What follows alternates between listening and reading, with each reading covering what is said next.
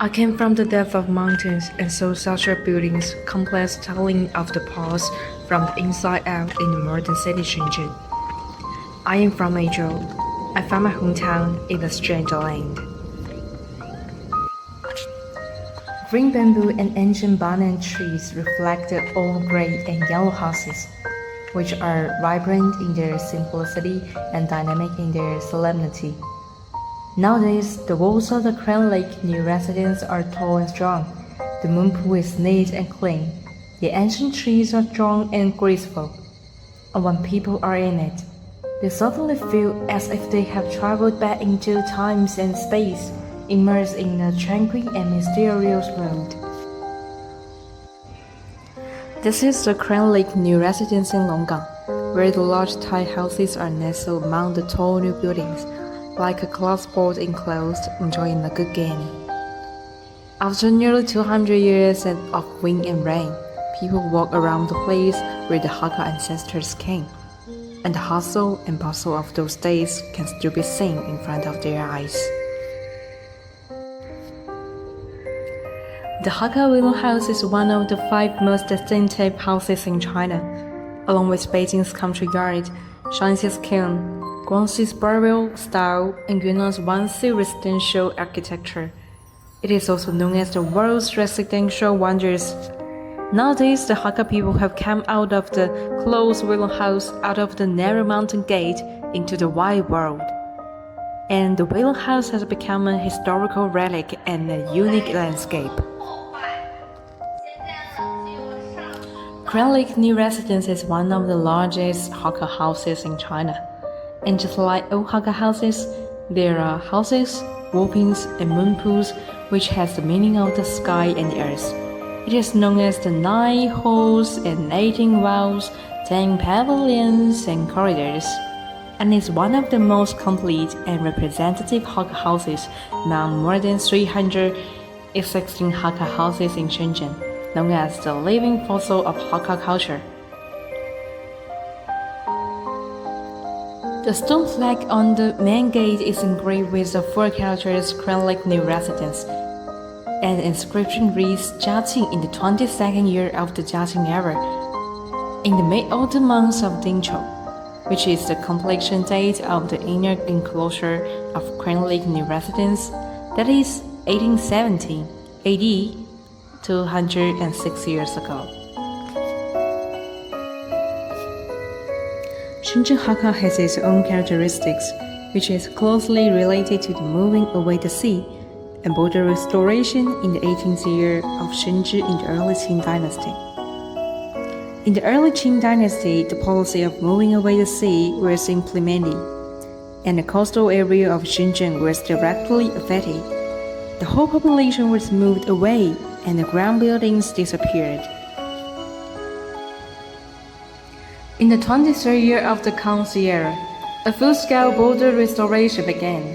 However, very few of the original inhabitants returned, leaving an opportunity for the Hakka to settle along the Guangdong coast. The Hakka of Shenzhen became the most successful new Hakka group in the policy. Among the indigenous people of Shenzhen, 60% are Hakka, and Longgang District is the main Hakka settlement in Shenzhen.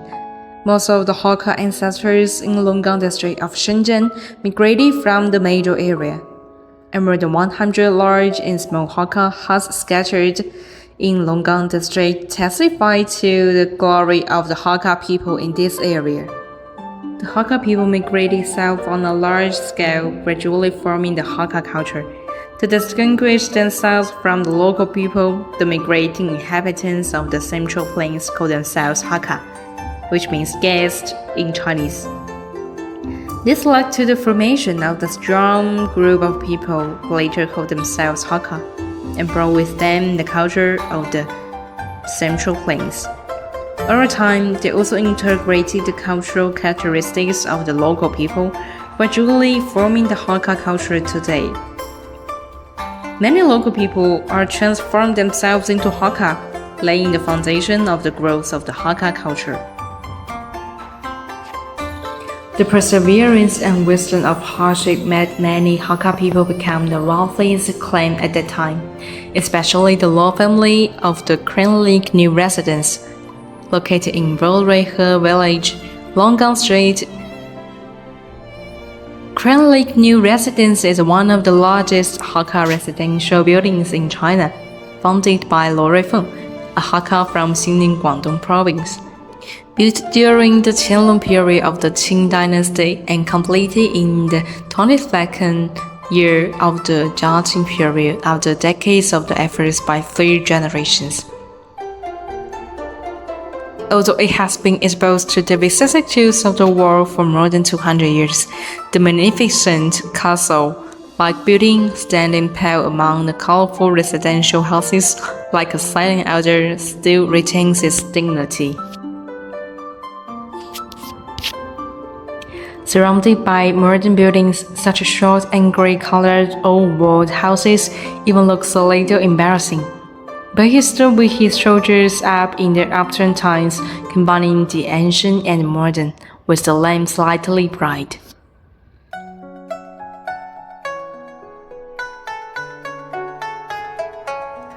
It seems to be a very interesting thing for Hakka people to see Hakka architecture.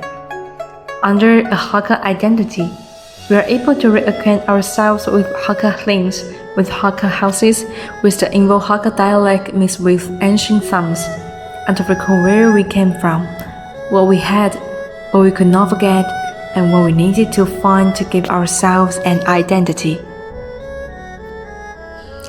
That's why we always heard Hakka mountain songs coming from the music room after school. That's why we will go back to the ancestral hall of the house every year to worship our ancestors. That's why we will go back to the old house.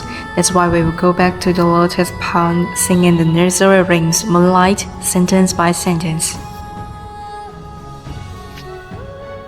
When I open the door of the Krenlik New Residence, I might not be able to tell you all the customs displayed inside or sing the Hakka mountain song, not be familiar with these Hakka customs and the names of the tools. But the yellow clay walls, the faded wooden doors, the raindrops falling on the grey tiles, and the familiar and intimate accents from people's mouths always urge me to think about it and pass it on. More and more people are coming out of the Hakka circle houses. There are also more and more people can't forget and move back to them. No matter when and where we are, we will have a home.